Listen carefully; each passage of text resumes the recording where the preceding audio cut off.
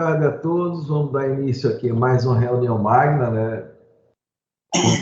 O Serviço de Cardiologia do Hospital São Lucas, no nosso 35º ano, reunião de número 1482.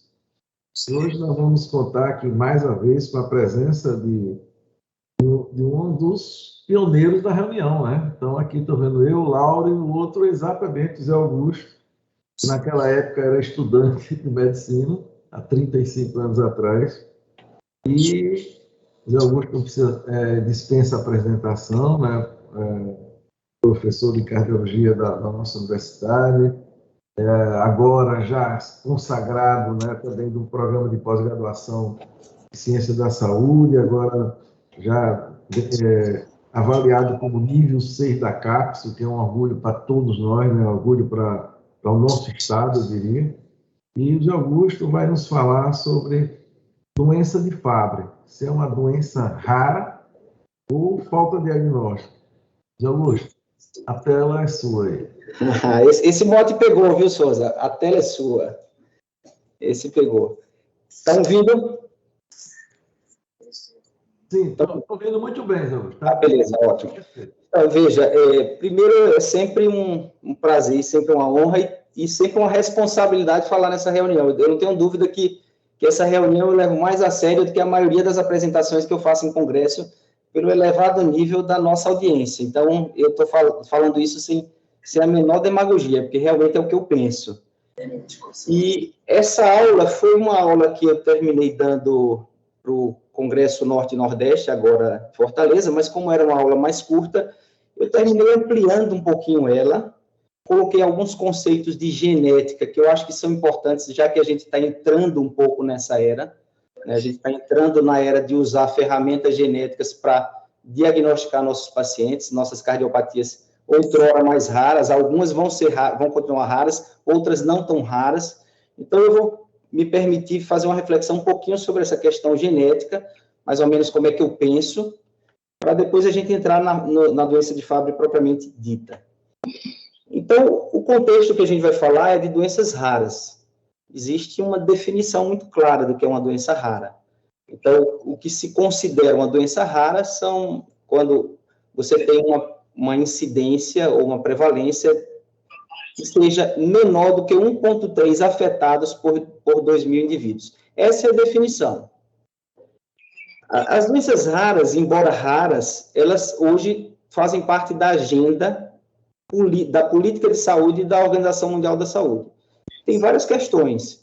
A gente tem uma estimativa de 6.000 a 8.000 doenças raras no mundo, e esses doentes muitas vezes ficam na sua via crucis, com doenças muito graves, sem assistência, algumas delas com tratamento efetivo, que pode diminuir a morbimortalidade, e isso tem um impacto societário importante. Então, as doenças raras hoje entram na agenda política de saúde mundial. Aqui embaixo tem um artigo que fala um pouco sobre isso, que é a necessidade mundial de uma política e planos de ação para as doenças raras.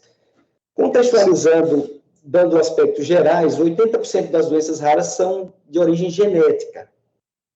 75% atingem as crianças, então só isso já sensibiliza muito a comunidade científica, e 30% das doenças raras, os pacientes morrem antes dos 5 anos. Então, de fato, é uma situação muito crítica, e precisa que haja um esforço coletivo, estadual, nacional, mundial, para que a gente possa ter planos que possam facilitar a vida dos pacientes e das famílias que, eventualmente, têm um filho com uma doença desse tipo.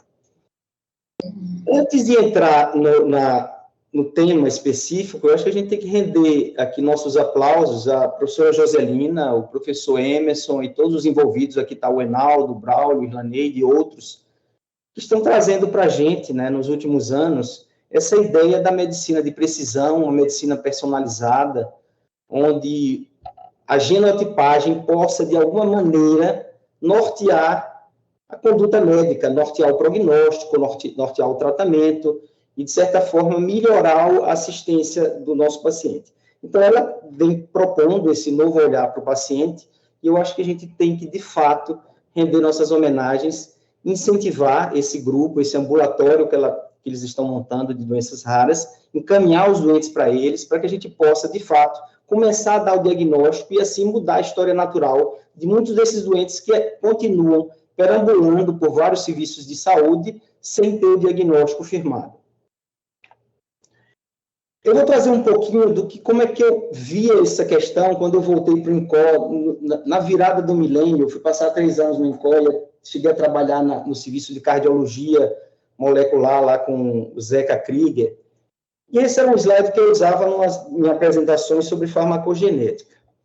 Essa frase ela foi cunhada pelo James Watson, que foi o cientista, juntamente com o Crick, que eles definiram a estrutura molecular do DNA humano. E, naquela época, logicamente, isso foi em 1953, quando eles publicaram na Nature a estrutura molecular. Em 62, eles ganharam o Prêmio Nobel de Fisiologia e Medicina. E, naquela época, mais ou menos, ele pensava assim, né, o futuro, né, naquela época, como é que era esse futuro? Antigamente, pensávamos que nosso futuro estava nos astros, agora sabemos que ele está nos genes. Então, na época, eu, muito empolgado com esse novo conhecimento, na virada do milênio, o primeiro rascunho do genoma humano foi publicado, publicações simultâneas na Nature, 15 de fevereiro de 2001, e na Science, 16 de fevereiro de 2001. Capas distintas, mas sinalizando o mesmo tema.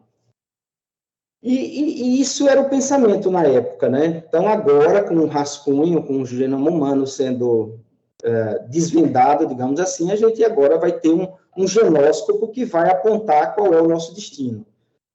Eu acho que a gente precisa fazer uma reflexão bem, assim, realista do tamanho desse problema, mas que, de fato, não tenha dúvida que é uma disruptura a gente começar a analisar o nosso paciente a partir do código genético.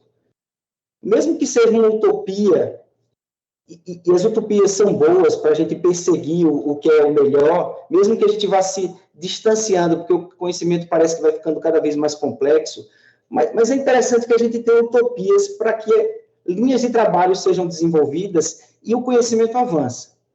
A impressão que dá é que cada vez isso vai ficando mais complexo. À medida que a gente vai desvendando os mecanismos genéticos, parece que a gente vai ficando até mais longe dessa proposta do genóscopo, de fato, apontar como é que vai ser o destino do nosso paciente. E aí eu trago o desafio que eu tive, na época, foi desenvolver esse estudo, que era com pacientes hipertensos do ambulatório lá da unidade de hipertensão. A gente denominou esse projeto de GeneHi, Genotype and Events in Hypertension, porque nas doenças complexas, geralmente a gente tem mecanismos poligênicos, nunca é um gene só. Cada gene, cada variante, cada mutação pontual, ela participa com 2 milímetros, 3 milímetros na pressão arterial. E essa salada poligênica, juntamente com o meio ambiente, ela vai, de certa forma, essa equação vai ativar uma série de mecanismos fisiopatológicos intermediários que, em última instância, vão desencadear na hipertensão arterial. A questão fundamental da hipertensão arterial não está aqui, mas não fazia parte desse projeto, que é por que o indivíduo, de fato, se torna hipertenso. Mas tem outras 2 questões fundamentais que a gente não pode também desviar. É por que alguns hipertensos têm lesão de órgão-alvo e outros não. Provavelmente deve existir mecanismos também genéticos interagindo com o meio ambiente. A gente deve ter genes mais agressores. Se pensar nas situações onde a gente tem aldosterona muito elevada, a gente sabe que é um fator trófico. E se a gente pensar nos pacientes que têm, eventualmente, disfunção endotelial, pensar nos pacientes que têm genética para protrombose, mesmo que seja polimorfismos com variações mínimas de função celular, e também tem um ambiente que está aí participando. E a outra questão fundamental é a resposta terapêutica, porque alguns indivíduos respondem melhor, outros não, que é a farmacogenética. Então, logo na doença complexa, a gente vê como é complexo entender esse tipo de problema, esse tipo de equação. Por quê? Porque não é só ter o marcador, não é só ter a genética. Mesmo que eu consiga identificar 10, 15, 12 genes ou polimorfismos que participem da fisiopatologia da hipertensão arterial, no caso, mas a gente podia usar esse mesmo modelo para obesidade, para diabetes tipo 2, etc.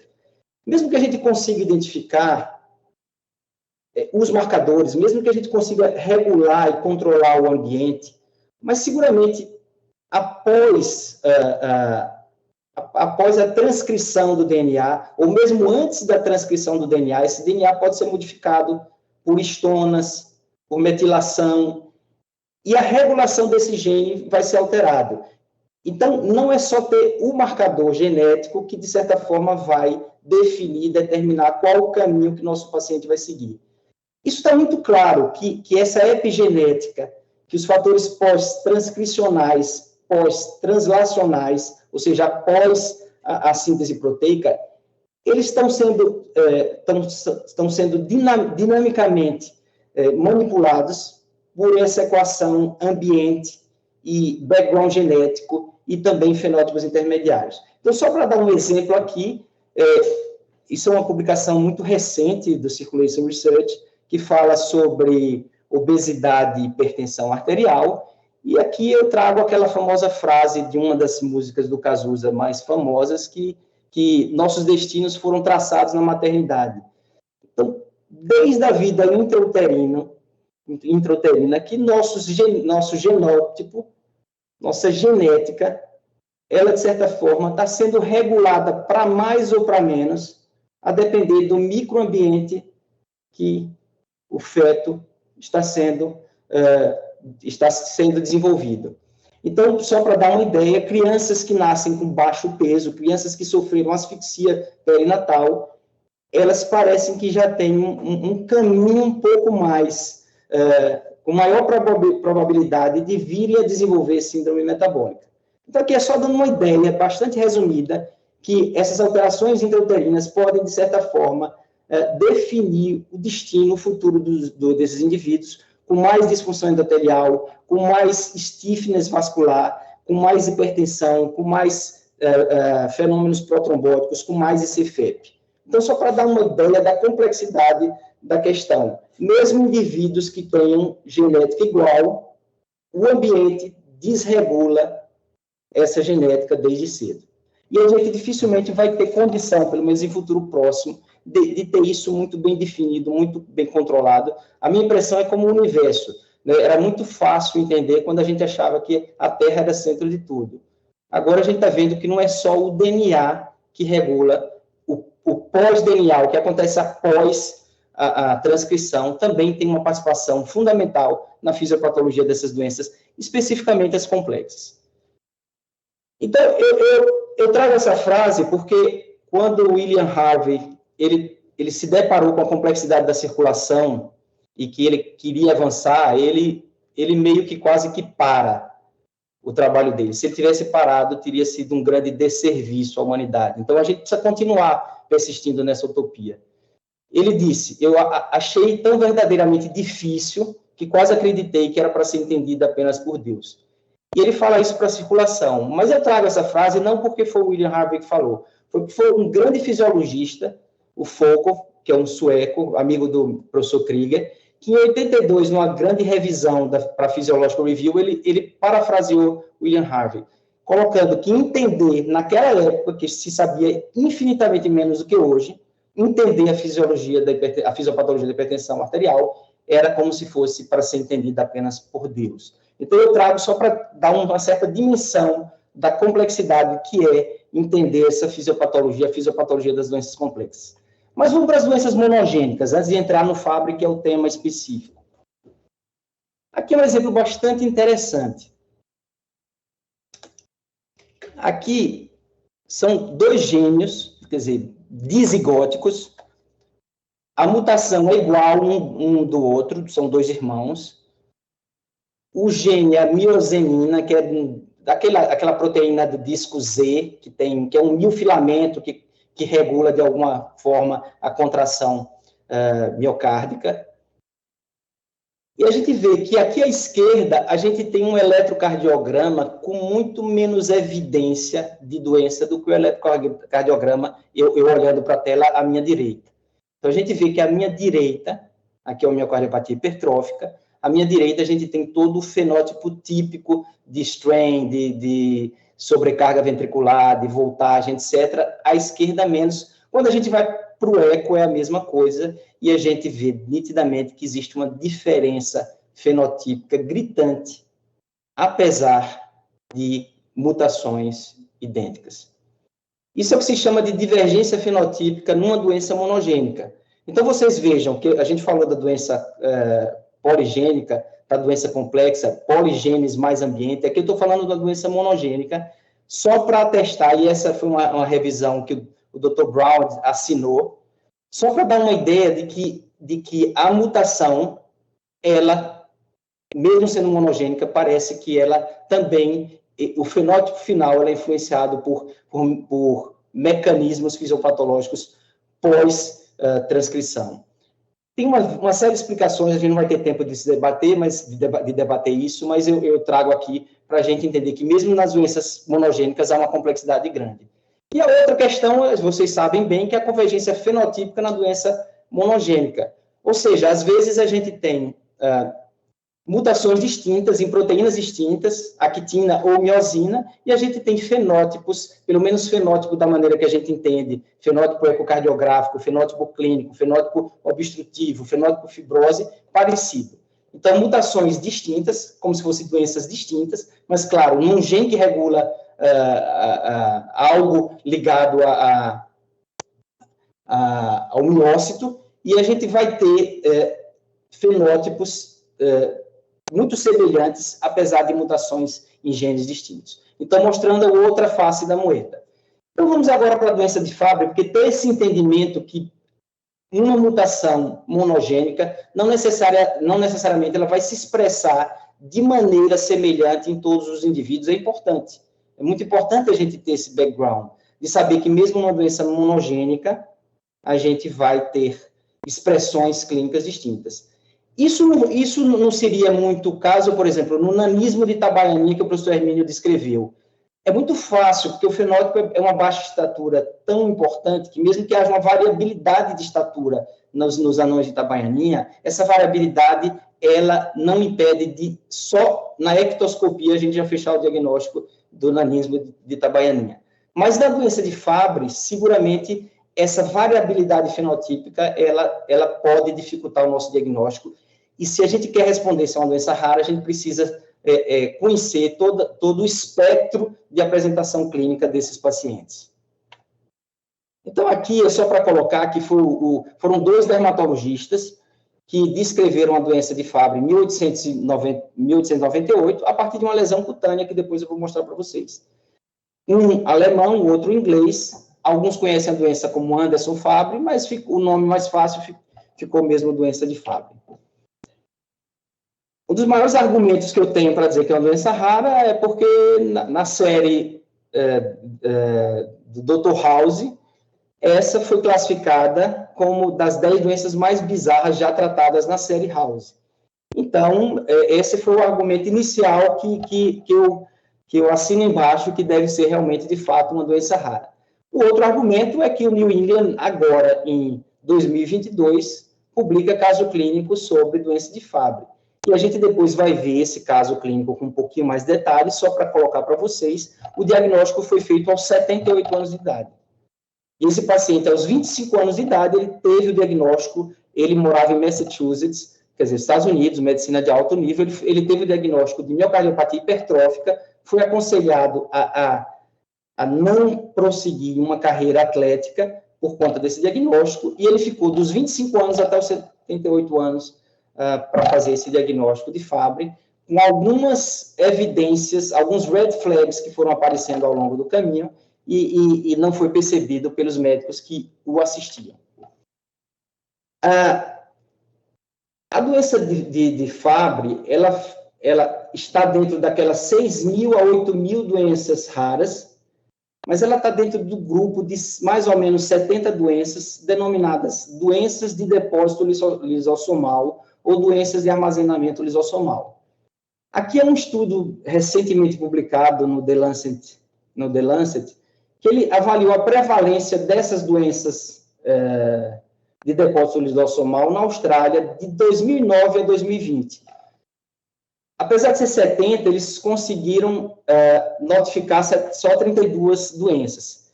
11 do grupo das esfingolipidoses, a doença de Fabry é uma esfingolipidose, 10 do grupo das oligossacaridoses, duas doenças do grupo das glicogenoses, 9 das mucopolissacaridoses, 1 das miscelânea e 5 da lipofucsinose seroide neuronal. Então, todas doenças raras, pertencentes à família das doenças de depósito lisossomal, Fabry é uma delas. E a prevalência nesse estudo das doenças de depósito lisossomal foi de uma criança nascida para cada 4.800 nascimentos. Isso era uma busca ativa, mapeando geneticamente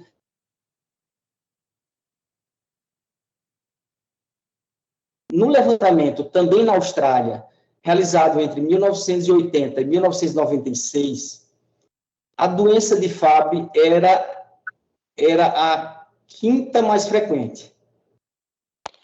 Agora, nesse levantamento de 2009 a 2020, a doença de Fabry passou a ser a top 1, a doença mais frequente desse grupo. Então, já mostra que o diagnóstico de Fabry está sendo feito ou a incidência, a prevalência tem aumentado. Provavelmente, o diagnóstico tem sido mais eficiente. E outro dado que chama atenção, que eu trago aqui,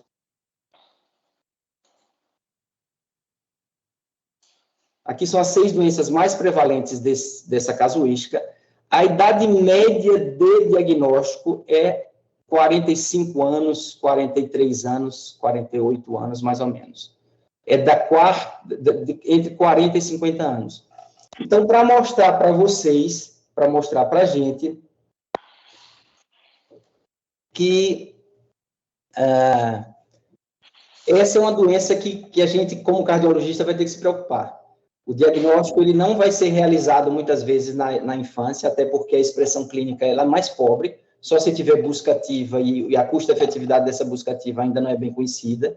Então, provavelmente, quem vai fazer o diagnóstico vai ser o clínico, as diversas especialidades, mas o cardiologista seguramente deve ser o especialista, talvez, de maior responsabilidade para isso, até porque a doença cardiovascular é a que mais impacta na mortalidade desses doentes e é a complicação mais frequente nesse grupo de pacientes. E por isso eu acho que a gente tem que se interessar muito em conhecer um pouco mais dessa patologia.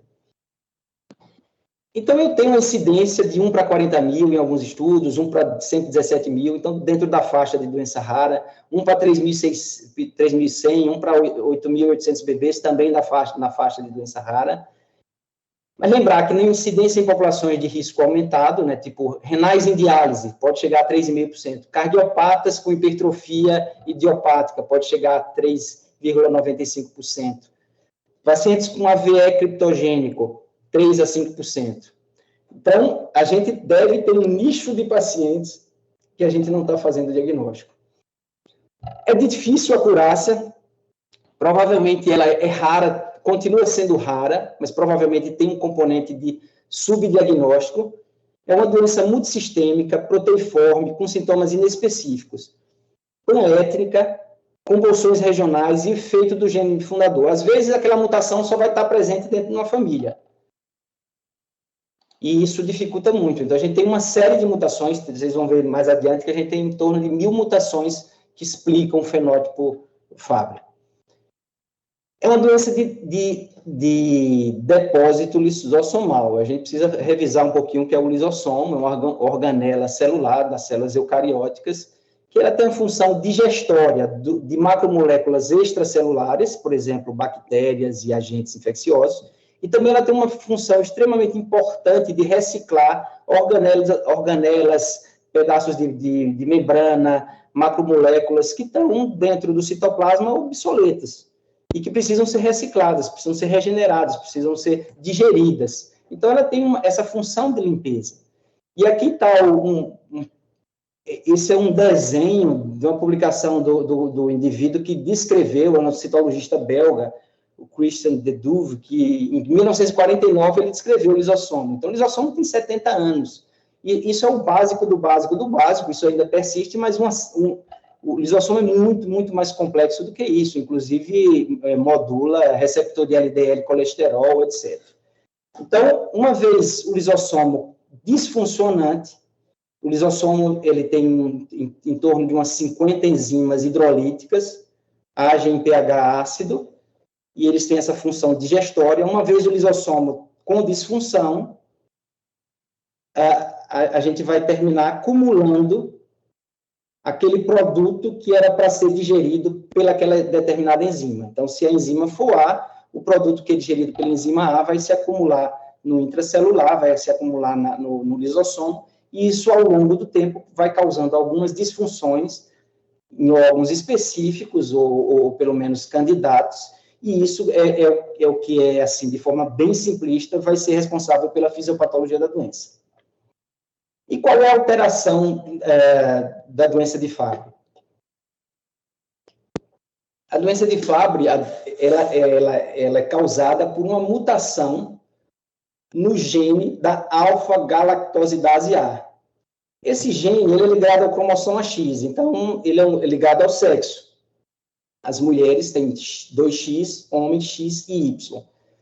Então, isso já cria a ideia de que as mulheres, se for recessivo ou dominante, você pode ou não ter a doença, mas ela não tem esse comportamento, nem é dominante nem recessivo, eu vou dizer mais adiante.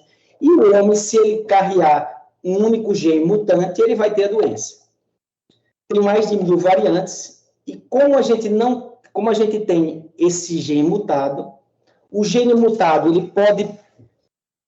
ele pode sintetizar uma proteína com alguma disfunção, você vai ter uma alteração enzimática pequena, mas ele pode também ter uma mutação que ele trunca a leitura do RNA e você não tem proteína quase alguma, proteína nula, uma mutação nonsense, por exemplo, onde você vai ter níveis muito baixos. Isso tudo vai explicar um pouco do espectro fenotípico do nosso doente. Uma vez a gente não tendo a alfa-galactosidase A, a gente vai acumular esfingolípides, que são substâncias fundamentais que estão presentes na arquitetura das membranas celulares e das endomembranas das organelas celulares.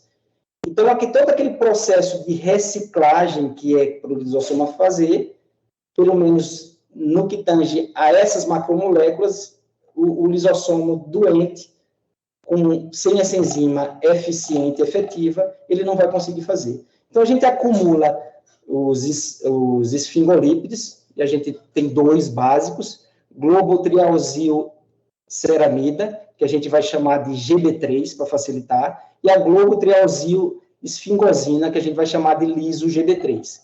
Então, eu tendo uma enzima mutada, essa enzima vai funcionar pouco, vai funcionar residualmente, ou pode não funcionar nada.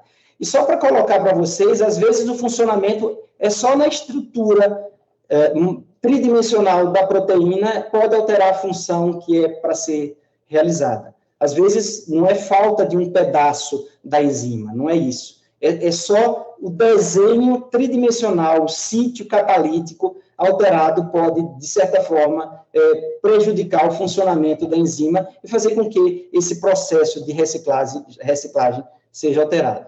Então, aqui está o gene da alfa-galactosidase A, são 7 exons. Lembrando, o exon, esse em preto, são aquelas áreas que vão participar da síntese da proteína, da síntese da enzima. O intro é uma região que não é codante, ela não participa dessa síntese.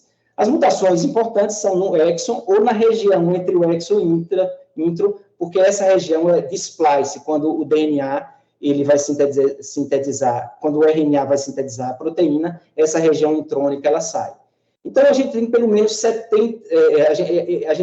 1000 mutações em vários pedaços desse gene, tem mutação no exon 1, no 2, no 3, no 5, no 6, no 7, etc.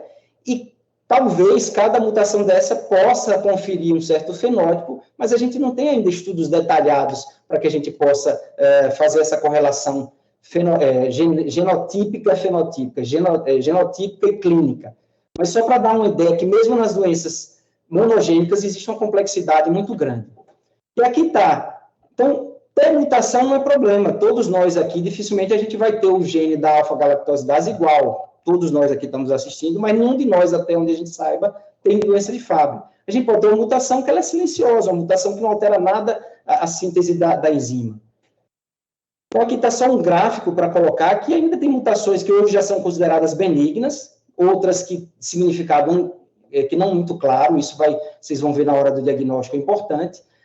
A gente tem mutações que são patogênicas, mas são patogênicas um pouco mais frustras,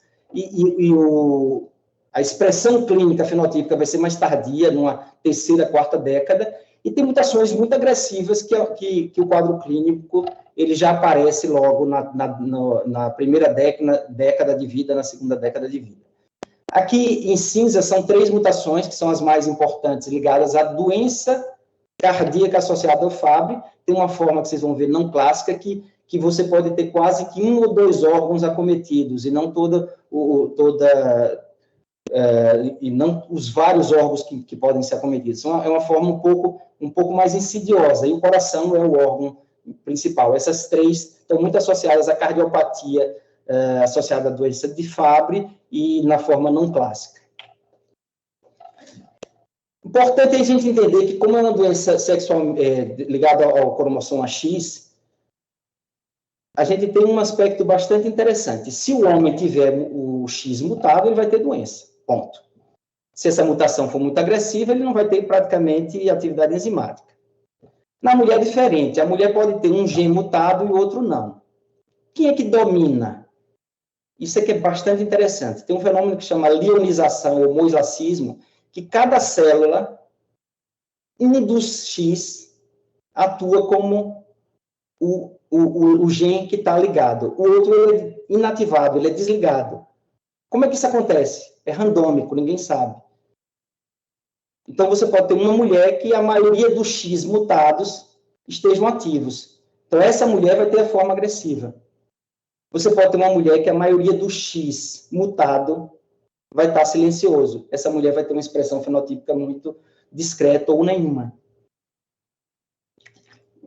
5 a 10% de atividade residual da enzima alfa-galactosidase A previne a doença. Então, se você tiver alguma atividade residual, está tudo ok. E é muito importante a gente ter noção que, se a gente tratar a tempo nossos pacientes, se o diagnóstico for precoce, a gente pode, de certa forma, reverter ou estabilizar esse doente e ele ter uma vida praticamente normal. Esse indivíduo, do caso clínico, ele foi dado diagnóstico aos 78 anos de idade.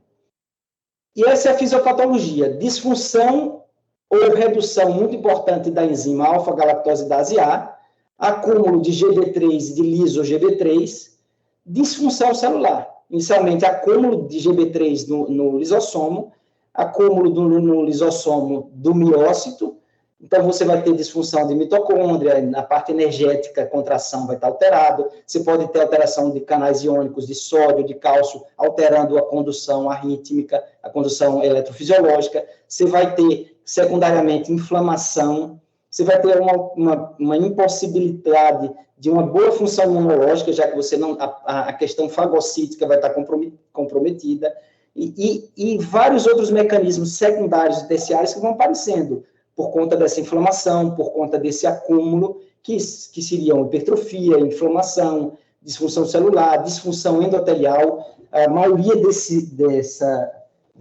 esfingolípides não metabolizados, não digeridos, eles vão acumular em região endotelial, capilar, glomerular, mesângio, sistema nervoso central, em pele e em brônquios, então causando disfunção orgânica. Numa evolução mais tardia, apoptose, fibrose, culminando com disfunção orgânica e insuficiência orgânica, que seria o mecanismo final, por exemplo, de uma morte prematura numa patologia dessa. Então, a doença de Fabry foi descrita por essa lesão de pele aqui à nossa esquerda, olhando para a tela. Aqui é o angioqueratoma. Esse angioqueratoma é como se fosse dilatação de pequenos vasos na derme superficial, fragilidade, extravasamento. É uma lesão queratinosa com essa coloração violácea, né? É um vermelho violáceo. Então, essa foi a lesão que o Anderson e o Fabry, eles descreveram lá como doença de Fabry naquela ocasião, sem saber nada da fisiopatologia. Doença de Fabry pode acometer aqui ao centro o glomérulo renal, pode acometer a córnea verticillata, que é uma opacidade na córnea, isso pode alterar ou não, pode ter alterações de vasos retinianos, pode ter trombose central da retina, alterações digestórias ligadas a náusea, vômito, disfunção de motilidade, alternância diarreia, constipação. O sistema nervoso é um órgão de choque, né? A primeira manifestação de uma forma agressiva na infância são as dores neuropáticas, pode ser em crise, com febre, dor aguda, pode ser mais crônica, acroparestesias, indivíduos têm criança com dor e às vezes pediatra não consegue descobrir o que é, pode ser um Fabry. Tem alterações em território cerebral central, dolicoectasia da artéria basilar, alteração de substância branca, AVC criptogênico, AVC prematuro em jovens, pode ser Fabry. Alterações em brônquio, em árvore brônquica, eu já falei a vocês, com hipertrofia, com fibrose, levando à disfunção ventilatória. E para a gente que interessa mais, são as alterações cardíacas, com alterações aqui à esquerda, é uma infiltração com vacuolização miocitária e também em ramo direito, espessamento valvar órtico e mitral, alteração ligada a espessamento arteriolar em coronárias, seja macro ou microvascular, infiltração miocárdica, processo reativo levando a fibrose geralmente na região inferolateral. E aí a gente tem duas formas, né, como eu falei para vocês, duas formas da doença de Fabry. A forma clássica é aquela que o indivíduo tem uma atividade enzimática zerada ou nula, menor do que 3% ou nula total. Os sinais e sintomas são muito precoces.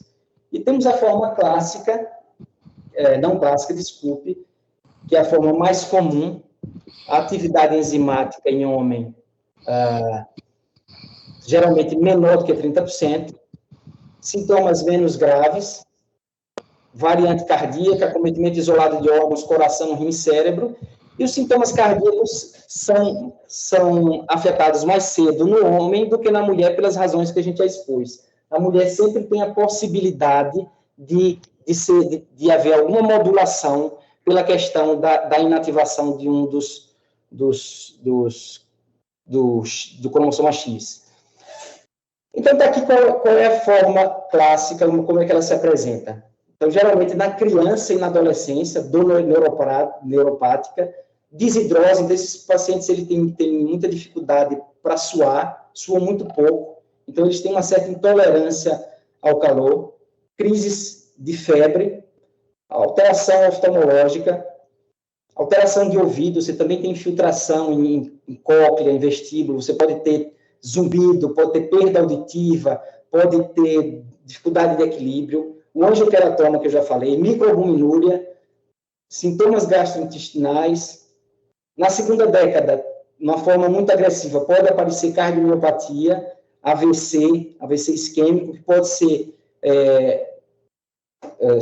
vascular cerebral ou pode ser cardioembólico pela cardiopatia. Alterações progressivas da função renal, proteinúria progressiva.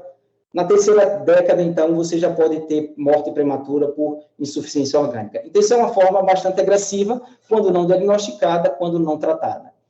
Só para dar uma ideia da complexidade dessa patologia, aqui tem só uma ideia dos órgãos mais acometidos. Eu já falei para vocês que o coração é o órgão mais importante. E a via crucis, eu acho que o conceito victim aqui entra, a via crucis desses doentes é em torno de 14 anos sem diagnóstico. Então, é extremamente importante que a gente comece a se atentar, assim como a gente está testemunhando que os diagnósticos de amiloidose estão aparecendo, mais pacientes estão sendo beneficiados com terapêutica, mais pacientes estão sendo beneficiados com tratamento precoce da forma hematológica, AL. Do mesmo prisma, eu acredito que esses pacientes com doença de Fabry, eles estão por aí, embora eu considere uma doença rara, eu não acho.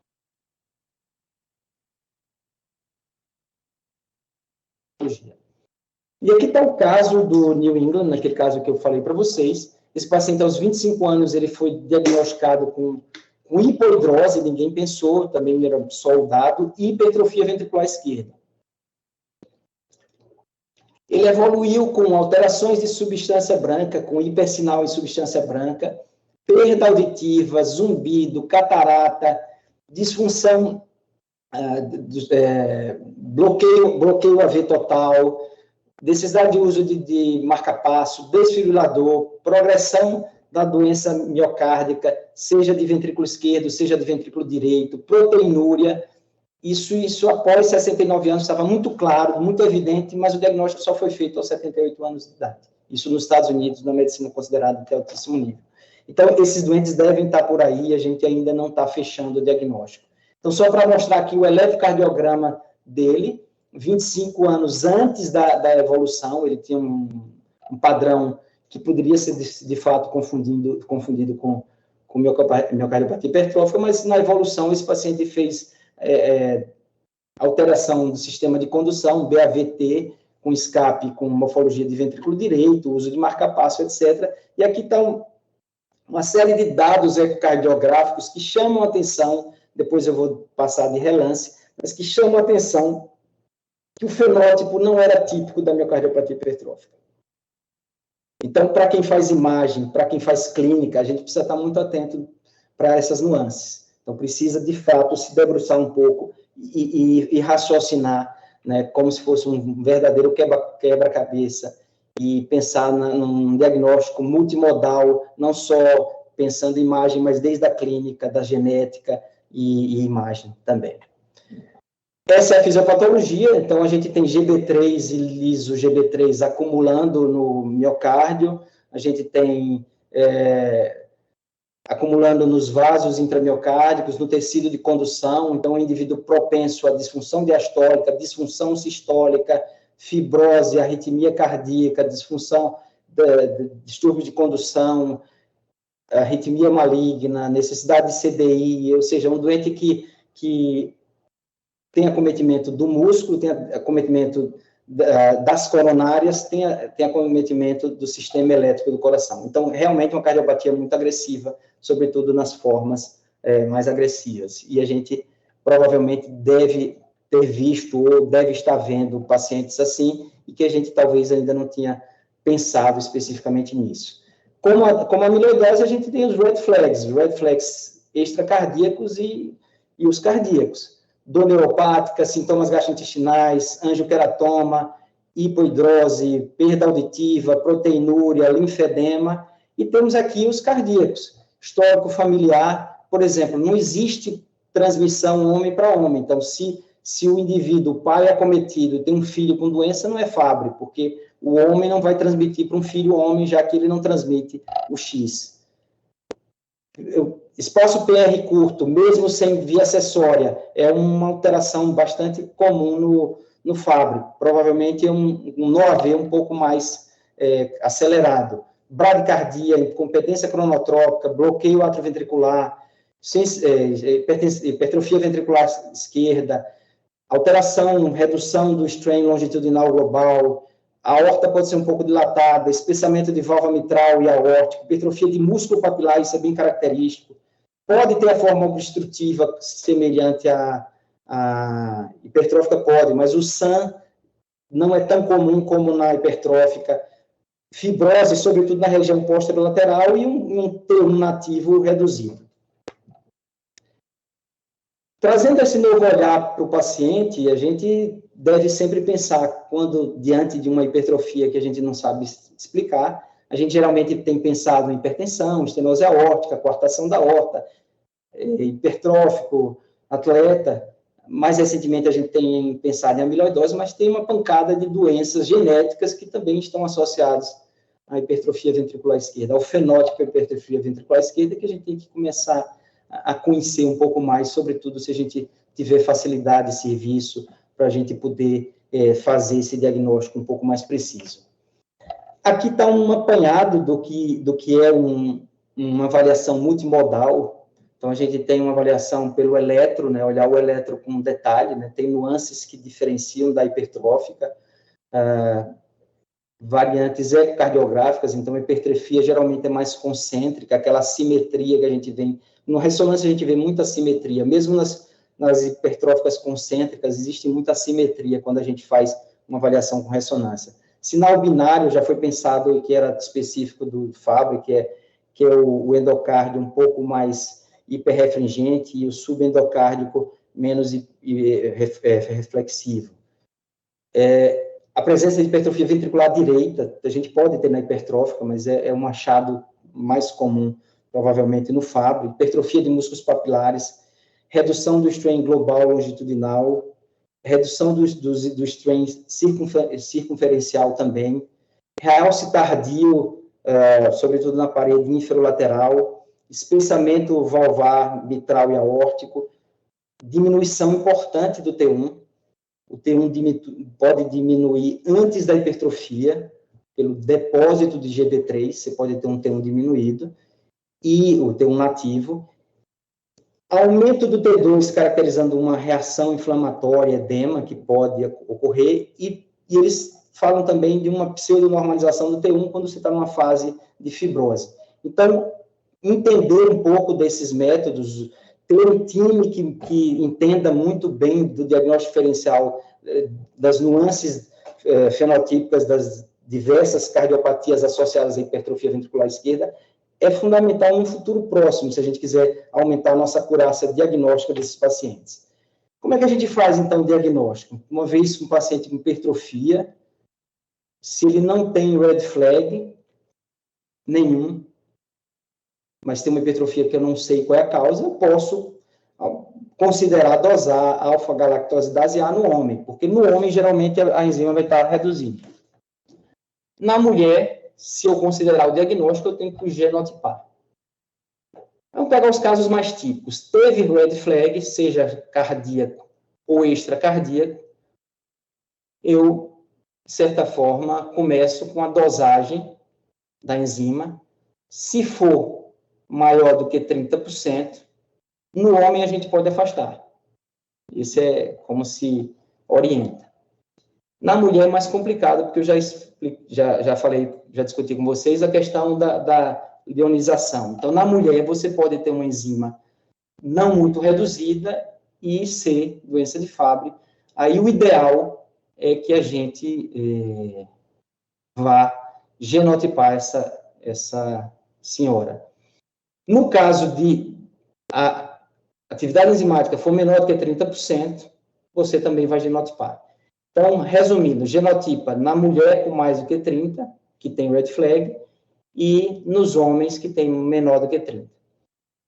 Após a genotipagem, a gente tem que ter bons geneticistas, e a gente tem com a gente, porque existem as variantes patogênicas do Fabry, existem aquilo que eu já falei para vocês, as variantes de significado desconhecido.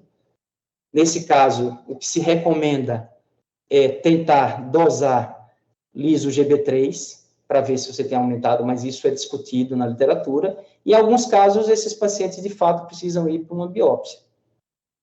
O ideal é que a biópsia seja analisada com microscopia óptica e eletrônica também, e aí eu não sei se a gente tem aqui no nosso centro quem possa fazer isso com experiência. Mas aí vai ser a exceção da exceção esse tipo de caso.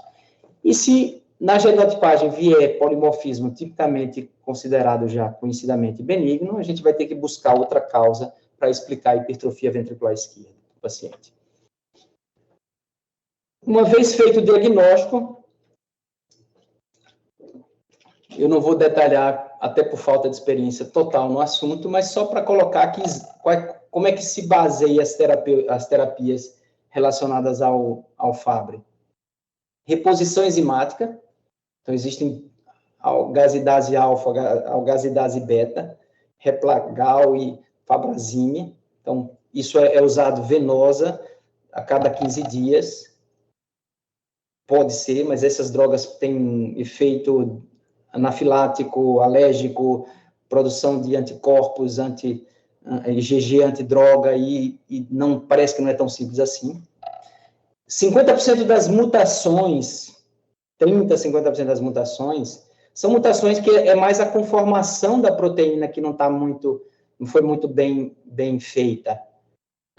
Essa enzima não foi muito bem fabricada, então no processo de envelopar, de dobrar aquela proteína, de dar configuração tridimensional, não foi muito bem realizado. E às vezes você vai lançar mão de uma chaperone, que é como se fosse uma molécula, a gente tem isso endógeno, mas existe exógeno, uma chaperone farmacológica, o migalastat, que ele vai unir ao sítio catalítico dessa enzima que está mal conformada, mal arquitetada, e essa droga, ao se ligar, ela melhora isso e faz com que o processo de envelopar e de dobrar essa proteína, ele melhore, e a partir daí, essa proteína sintetizada no complexo de Golgi possa ir, de fato, para o lisossoma e agir. Essa é uma terapêutica que também já está sendo usada, só que ela tem algumas questões. A gente precisa saber se a mutação ela é, digamos, susceptível a esse tipo de terapêutica. Então, existem testes que se veem se é a determinada mutação do paciente, se ela é responsiva ou não a esse tipo de droga. Então, essa droga, ela estabiliza a enzima com defeito. Ela estabiliza e ela permite que essa enzima, mesmo que seja em nível residual, funcione e melhore, de alguma forma, o quadro clínico do paciente. Existe também uma proposta, que essa está em fase 3, que você vai inibir, de certa forma, uma enzima que sintetiza o glicoesfingolípido. Então, você vai diminuir o substrato, você vai diminuir, então, o GB3 e o lyso-GB3, porque você não tem um substrato, porque você diminuiu a produção. E existe ainda, para o futuro, terapia gênica, com stem cell, onde você vai editar a célula do próprio paciente, para que ela tenha, de certa forma, uma ferramenta dentro da célula própria do paciente que possa ir lá consertar o defeito. Ou em vivo, usando um vetor viral, um adenovírus, etc., para fazer, então, essa função. Então, essas são as terapias que a gente tem para os pacientes. No caso da terapia enzimática, é como se fosse pacientes renais, tem fotos, né, se a gente for pesquisar, paciente fazendo diálise e tomando a droga a cada 15 dias na sua própria sessão de hemodiálise. A chaperone, a migalastat, geralmente é 123 miligramas, dia sim, dia não. E as outras são mais ainda em esquema, ainda estão em processo de pesquisa para ser definida como terapêutica final. Então, só para dar uma ideia aqui do que é uma chaperone farmacológica, aqui à minha esquerda a gente tem uma proteína que ela não consegue ser, de certa forma, enviada, transportada para o lisossoma, porque ela tem uma alteração na conformação. Quando você coloca a droga, isso é corrigido, pelo menos que seja parcialmente, então essa proteína consegue agora ser transportada até o lisossoma e vai, então, exercer parte da função que é devida a ela.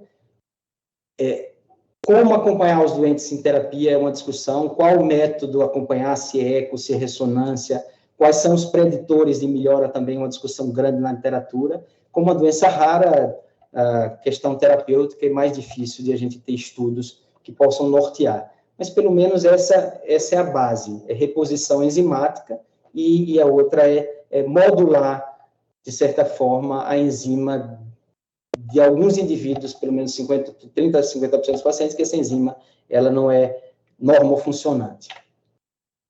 Eu terminaria aqui, acho que esse é o penúltimo, né, e de certa forma, aplaudindo de novo, acho que a iniciativa da Joselina e do Emerson, Eu acho que a gente precisa pensar nesse tipo de problema, é um problema clínico mundial sério, é nacional, estadual. Não que todo mundo vá se dedicar, mas é importante que existam centros. Essa é uma doença que a proposta é que se crie, de fato, uma rede de solidariedade, uma rede global, onde ciência, governança, cidadania, indústria, cooperação possa fazer com que o conhecimento aumente e que a gente beneficie mais pacientes portadores dessas patologias. Dificilmente isso não vai evoluir ou vai evoluir lentamente se for 1 ou 2 ou 3 isolados. Numa rede de construção, de cooperação, de conhecimento, de ciência, de cidadania, é provável que a gente consiga avançar mais. E aí eu trago uma frase que eu gosto muito, que eu sempre, quando eu penso no INCOR, eu penso nessa missão, né, que é ciência e humanismo. E eu acho que, não sei exatamente por que escolheram isso, mas quando eu leio o credo do professor Decoux, né, que esse é um credo que eu acho que quem não leu ainda deve ler. Ele publicou isso em 1970, na Revista do Hospital das Clínicas, e aqui é só um trecho, né? A medicina que é ato contínuo de aprimoramento. Então, estudo, ciência, genética, esforço. Medicina é isso, né? Medicina que é ato de resposta às necessidades da pátria. Então, tem pacientes que estão na via crucis. Então, eu acho que responder a essas necessidades, que sejam da pátria, seja do paciente, seja da família do paciente. E ele termina com medicina que serve os doentes e nunca se serve deles. Eu acho que é isso que eu penso. Eu jamais esperaria estudar FABRE se não fosse dessa maneira, se não fosse o convite para a aula, mas eu acho que serve como um modelo importante, que provavelmente vai ser implantado, né, esse modelo de doenças raras. A gente vai ter que ter grupo que tenha uma visão um pouco geral das várias possibilidades, ou mesmo que seja uma rede de troca de experiência, troca de conhecimento, de opinião, etc. Recentemente, só uma coisa que não tem nada a ver com a aula, mas meu filho foi internado nos Estados Unidos com dengue. Eu, conversando com uma amiga brasileira que mora lá, que é médica lá, eu que fiz o diagnóstico, eu perguntei se eles chegariam no diagnóstico. Eu fiquei preocupado deles não chegassem, por exemplo, se não fosse um médico lá, etc. E ela disse, olha, seguramente eles chegariam. Eles têm um software no CDC que eles iam colocar a idade do seu filho, ia colocar qual é o quadro clínico de onde ele veio, e via uma lista de umas 3 ou 5 doenças mais prováveis. Eles não iam se esforçar muito. Então, talvez as doenças raras, a gente precise ter essa inteligência, que pode ser inteligência artificial, que facilite esses red flags, sejam cardíacos ou extracardíacos, e a gente tenha sensibilidade, capacidade de escuta, de ausculta, de exame, de propedêutica, para ouvir, ver as nuances e ver que esse doente não preenche todos os critérios para aquelas doenças mais comuns que a gente está habituado, como miocardiopatia hipertrófica, etc. Era isso que eu tinha para mostrar para vocês. Bem,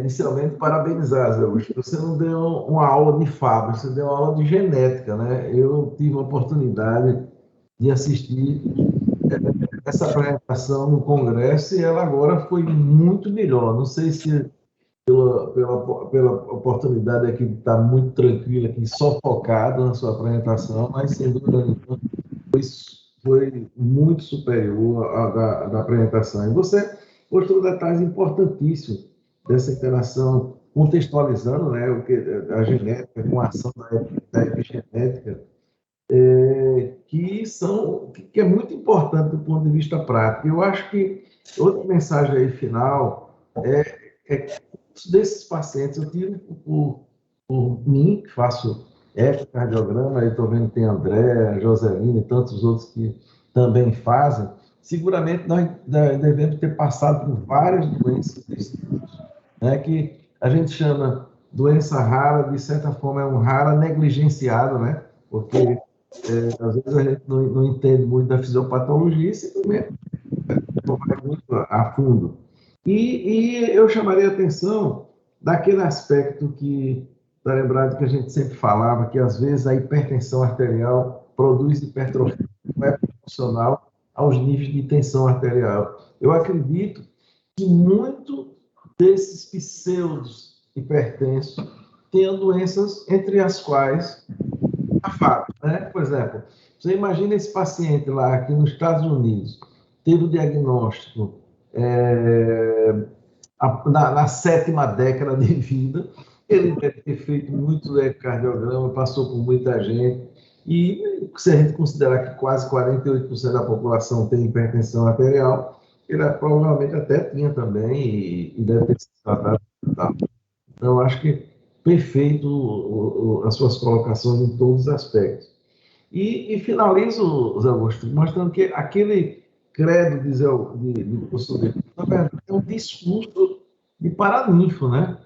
Então, que rivaliza com o de Rui Barbosa, né? Que é a oração aos bustos de Rui Barbosa, e ele fez o credo na medicina num discurso de paraninfo. Veja só o nível dessa pessoa que eu ainda tive o privilégio, não sei se muita gente sabe, de ter presidido a última conferência que o professor Decu deu no Congresso Brasileiro de Cardiologia. Eu era o presidente dessa conferência e eu me lembro que ele foi homenageado ali por vários de seus ex-alunos. Eu não fui aluno dele, mas acompanhei demais, porque exatamente influenciado muito pelo professor Zé Augusto, né, que era o pai de Zé Augusto, que era fã incondicional dele. Então, parabéns, Augusto, pela apresentação. Eu acho que essa aula aqui tem que ser revista, né? O Luiz Flávio vai deixar disponibilizado. Acho que quem perdeu aí deve rever, porque você foi perfeito, cobriu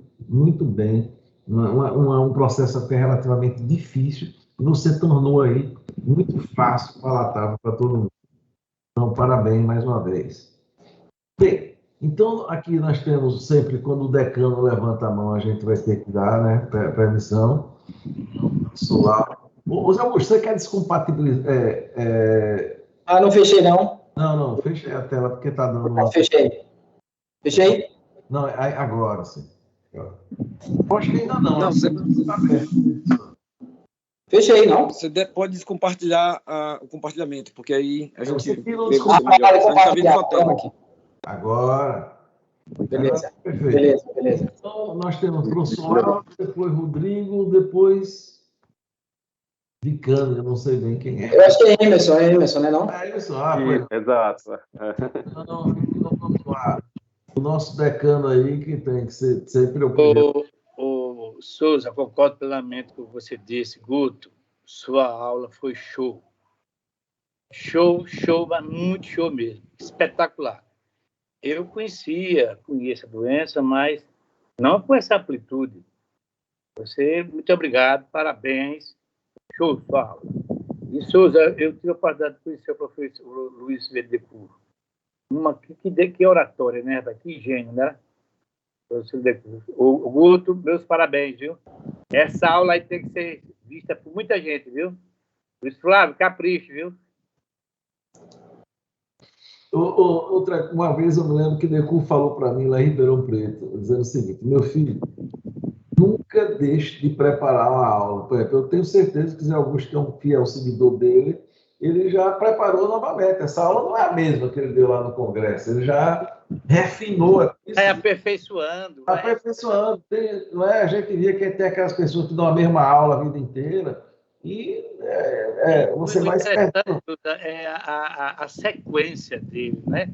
A sequência dele foi fantástica, essa aula, espetacular. É muito boa mesmo. De genética, eu acho que foi a melhor que eu já assisti. Espetacular. Professor Rodrigo Mendonça. Opa, boa noite. Zé, parabéns, espetacular, bem bacana, muito interessante a aula, gostei muito. E o bom também é isso, né? Você vai com calma, você tem aí 40, 50 minutos, aí fica um espetáculo, realmente. Agora, deixa eu te perguntar uma coisa, eu acho que você passou rápido, eu não entendi direito. A alfa-galactosidase, ela é dosável no sangue periférico? Se dosa? Eu acho que Emerson pode responder mais, mas é um teste que eu vi relativamente simples. Você pode ser no leucócito, pode ser no sangue, tem também que é a seco. Eu acho que Emerson pode até colocar, mas não é complicado, não.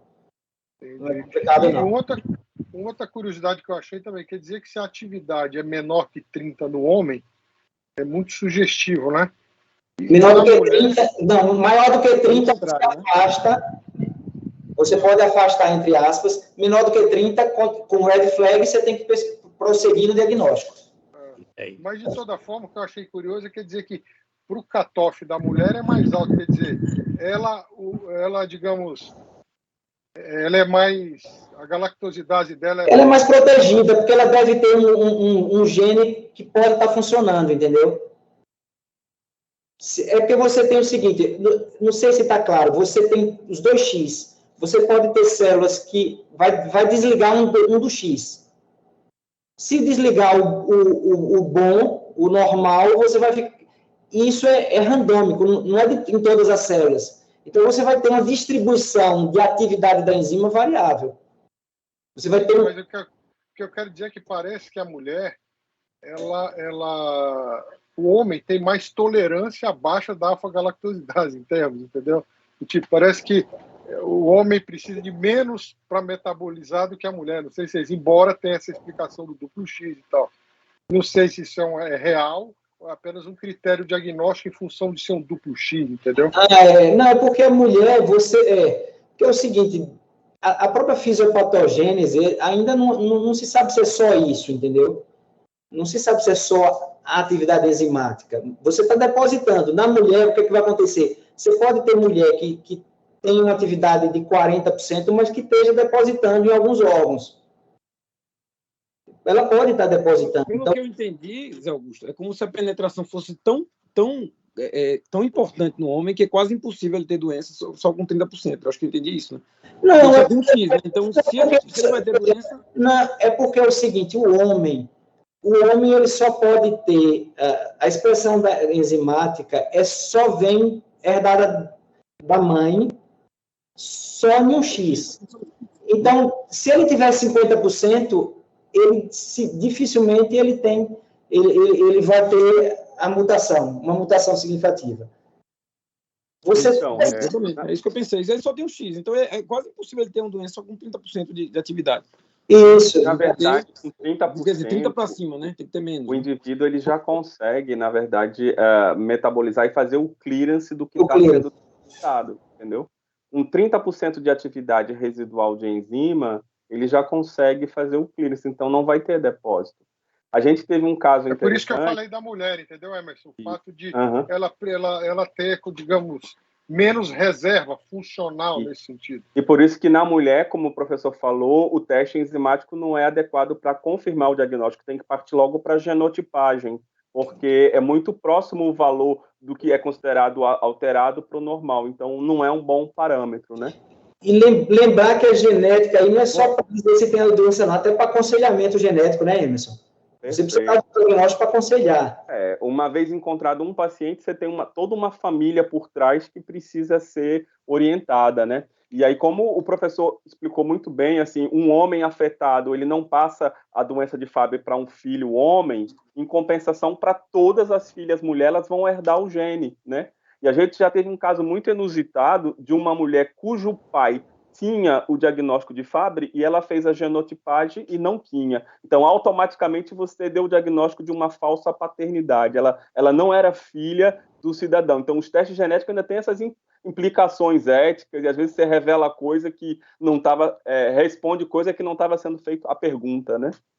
Então, mas, realmente, assim, eu tinha levantado a mão aí, acho que está de parabéns. Uma das melhores aulas, professor, sem... assim, necessidade de puxar saco, mas eu trabalho com Fabry desde 2002, a gente vem trabalhando lá em Alagoas, a gente fez um screening em renais crônicos, foram 400 pacientes renais crônicos dialíticos que foram triados, e eu lembro muito bem que na época a gente queria colocar como critério de exclusão ser diabético e hipertenso, porque pensando que isso poderia ter sido a causa da insuficiência renal. E aí foi quando a gente pensou, mas e se o paciente tiver as duas coisas? Porque como o diabetes é prevalente, hipertensão, nada impede dele ter Fabry e ter diabetes também, né? Então a gente acabou não colocando no estudo como critério de exclusão. E dos 400 triados, a gente encontrou 4 pacientes com Fabry.